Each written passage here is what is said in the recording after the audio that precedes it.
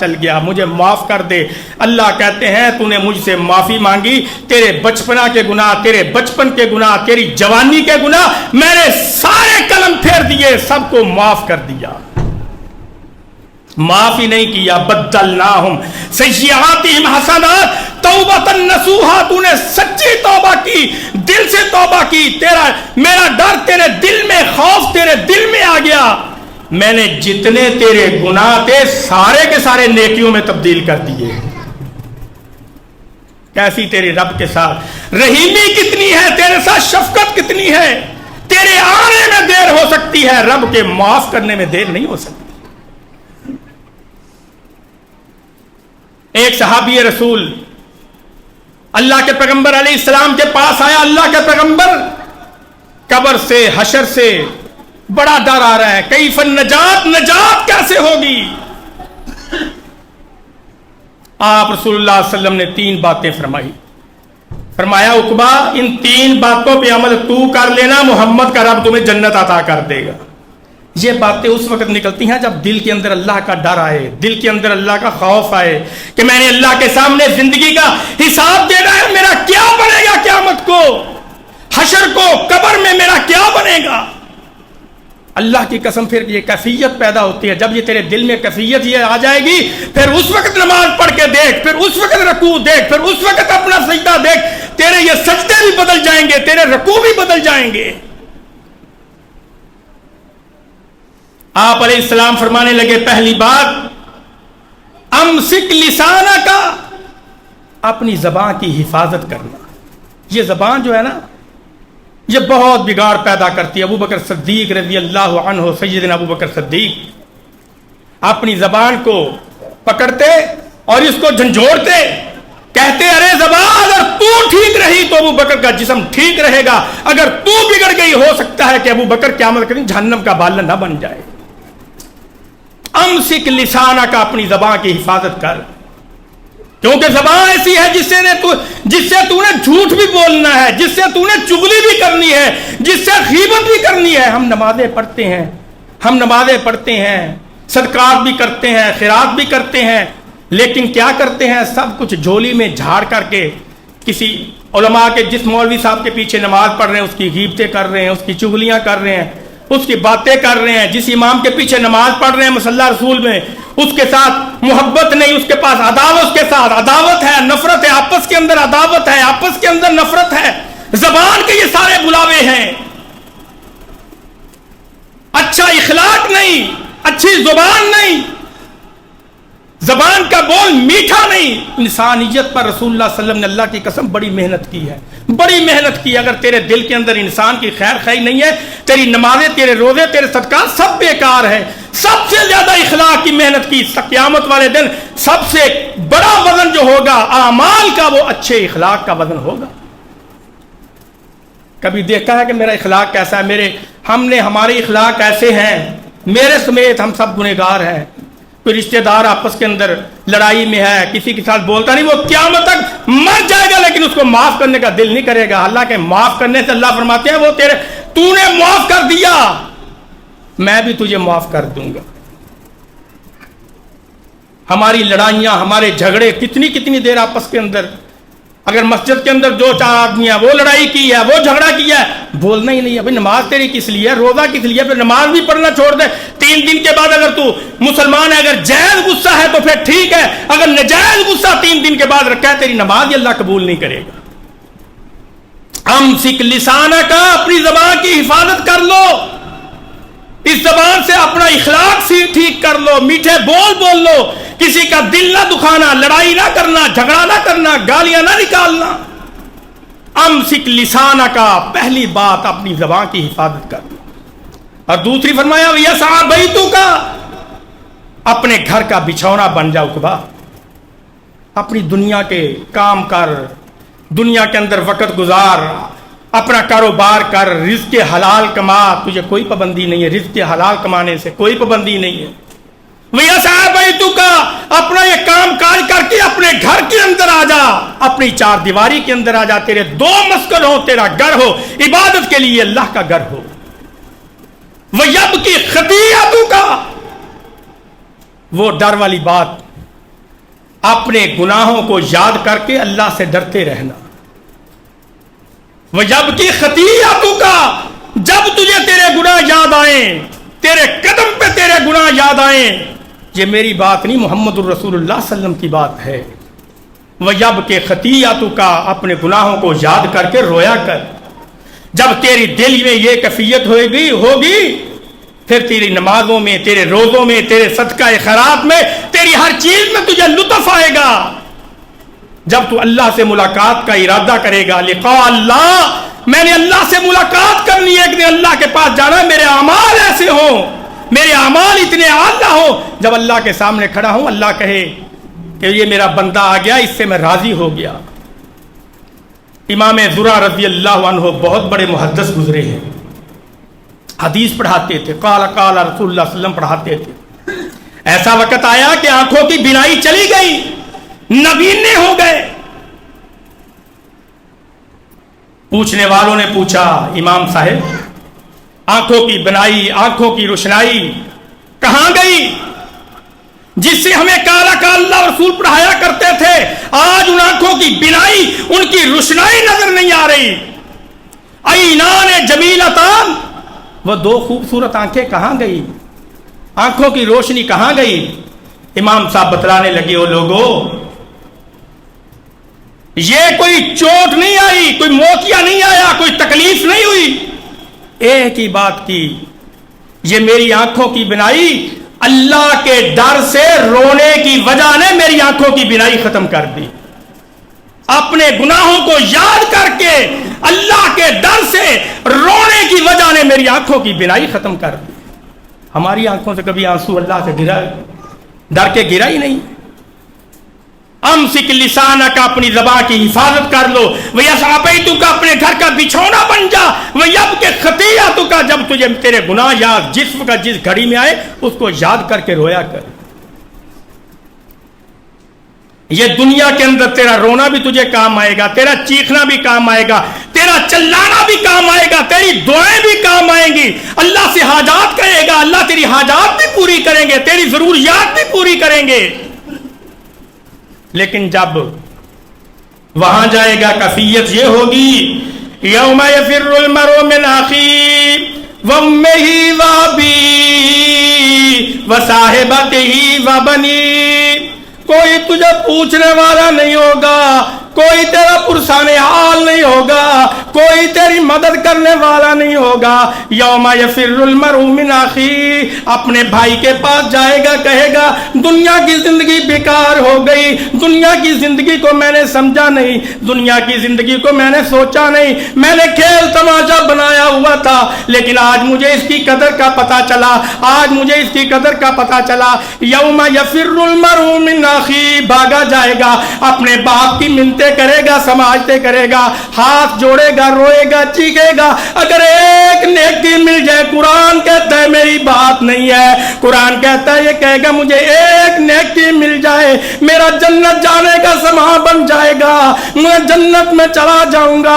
ایک نیکی مل جائے، اللہ کی قسم قرآن کہتا ہے ماں جواب دے دے گی، باپ جواب دے دے گا، بیٹا بھائی کے پاس، بیٹا بابے کے پاس جائے گا، بھائی بھائی کے پاس جائے گا. یہ کوئی خاص بات نہیں، آپ روزانہ سنتے ہیں.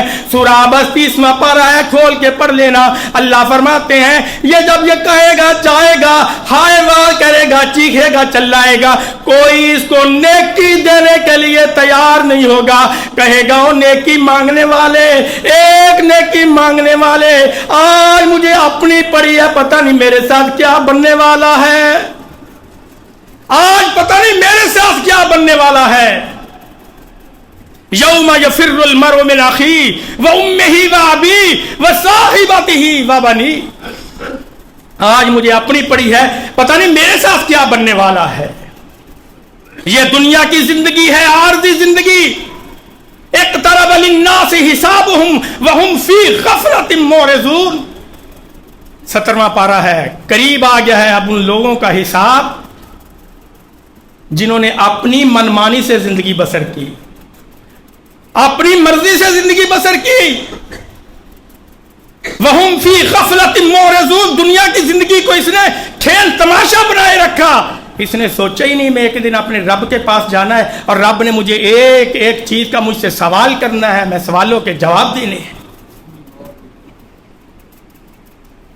قبر کہتی ہے انا بیت الواشتی، میں واشت کا گھر ہوں، انا بیت الخوفی، میں خوف کا گھر ہوں، میں کیڑوں مکوڑوں کا گھر ہوں، بڑا جلد تو میرے پاس آنے والا ہے، بہت جلدی میرے پاس آنے والا ہے۔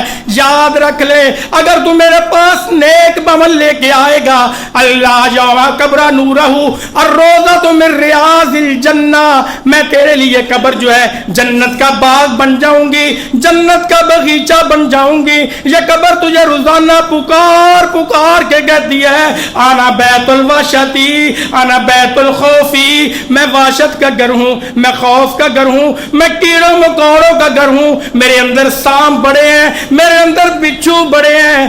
اے انسان آنے والے، ایسے بچھو کے دردناک زخم ہیں، ایسے دردناک اس میں ڈسے گا، ایسا ڈسے گا کہ اس کے ڈسنے سے 40 سال تک تیرا درد نہیں جائے گا۔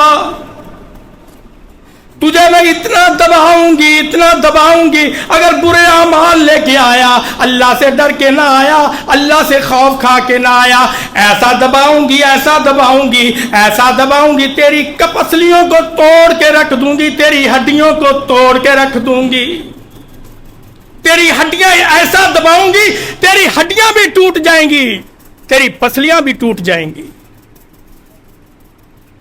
جب تو نیک اعمال لے کے آئے گا تیرے لیے میں جنت کا باغ بن جاؤں گی۔ پھر جب تو اللہ کے پاس جائے گا، اللہ کیا کہیں گے کہ یہ میرا بندہ وہ ہے جس نے اپنی زندگی میرے بتائے ہوئے طریقوں سے مطابق گزاری، یہ ڈر کے آیا، میرا خوف اس کے دل کے اندر تھا، میرا ڈر اس کے دل کے اندر تھا، اللہ اکبر کی آواز آتی تھی، ڈر یہ تھا کہ یہ سارے کام چھوڑ دیتا تھا، کہتا تھا سب سے بڑا کام اب اللہ کا کام ہے، میں نے نماز پڑھنی ہے۔ پھر یہ نماز جتنی دیر پڑھ نہیں لیتا تھا اس کو چین نہیں آتا تھا۔ یہ ڈر کی کیفیت ہے، یہ خوف کی کیفیت ہے۔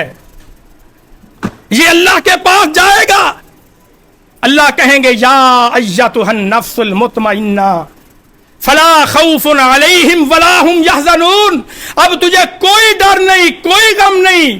یہ اس کے لیے جو ڈر کے آیا، جو اللہ کا خوف دل میں لے کے آیا، جس نے نمازیں پڑھی، جس نے روزے رکھے، جس نے اللہ کے احکامات مانے، جس نے سجدے کیے، جس نے راتوں کو اٹھ کے اپنے رب کو منایا، اللہ اس کو کیا کہیں گے؟ فلا خوف علیہم ولا هم یحزنون۔ اے بندے جو تیرے پسینہ آ رہا ہے، تو اللہ کے ڈر سے لوگوں کے پسینے ایسے ہوں گے، فرمایا کسی کے ان کے گناہوں کی وجہ سے ٹخنوں تک، کسی کے گھٹنوں تک پسینہ۔ تاجدار مدینہ محمد رسول صلی اللہ علیہ وسلم فرماتے ہیں کہ ایسے لوگ ہوں گے اپنے پسینوں میں غوطے کھا رہے ہوں گے، اپنے اعمال کی، برے اعمال کی وجہ سے اپنے پسینوں میں غوطے کھا رہے ہوں گے۔ اس وقت اللہ کہیں گے فلا خوف، ڈرنے والے خوف نہ کھا، آج تیرا رب تیرے سے راضی ہو گیا ہے۔ یا ایتھا النفس المطمئنہ، جو تو ڈر کے آیا، خوف کھا کے آیا، تیرا رب تیرے سے مطمئن ہو گیا۔ اپنے فرشتوں کو اللہ کہے گا ارجعی الی ربک راضیۃ مرضیہ، اس بندے سے میں راضی ہو گیا، جاؤ اس کو جا کے تسلی دے دو، اس کو خوشخبری سنا دو، فادخلی فی عبادی وادخلی جنتی۔ اللہ فرماتے اس کے اعمال نامہ دائیں ہاتھ میں دے دو، اب بغیر حساب میرے جنت کے جس دروازے سے دل چاہتا ہے یہ ڈرنے والا، خوف کھانے والا، مجھ کو دنیا کے اندر جو راضی کر کے آیا، آج میں اس سے راضی، یہ میرے سے راضی، آج میری جنتوں میں جس دروازے سے دل چاہتا ہے میری جنتوں میں چلا جائے، آج اس کو کوئی پوچھنے والا نہیں ہے۔ دنیا کی زندگی میری مرضی کے مطابق گزاری، اب آخرت کی زندگی اپنی مرضی کے مطابق گزارے گا۔ اللہ فرماتے ہیں میرا بندہ جب یہ ڈرنے والا میرے پاس آئے گا، میں کہوں گا اے میرے بندے، دنیا میں تم میری باتیں مانتا رہا، آج قیامت کے دن تم میرے پاس آ گیا، تو اپنے رب سے جو کہے گا، جو منوانا چاہتا ہے منوا لے، جو دل میں آئے کر لے۔ اللہ فرماتے ہیں دنیا میں تو نے میری مانی، آخر میں تیری مانوں گا، جس طرح تو کہے گا تیرا رب اس طرح ہی کرتا جائے گا۔ اور یہ کیا کہے گا؟ وقال الحمد للہ الذی صدقنا وعدہ۔ اللہ دنیا کے اندر جو ہم سنا کرتے تھے، دنیا کے اندر ہم یہ پڑھا کرتے تھے، قرآن سنا کرتے تھے، لوگ سنایا کرتے تھے، قاری عبید اللہ صاحب سنایا کرتے تھے، کوئی عالم آیا سنایا کرتا اللہ کا خوف کھاؤ, اللہ کا ڈر کھاؤ. ہم نے بات مان لی, ہم نے نمازیں پڑھنا شروع کر دی, تیرا دل ڈر تیرا اپنے دل میں بٹھا لیا, تو نے کہا ایسے ہوگا. وقال الحمدللہ الذی صدقنا وعدہ, اللہ آج تو نے اپنے وعدے کو سچا کر کے دکھا دیا ہے. اقول قولی ھذا آخر دعوانا الحمدللہ رب العالمین.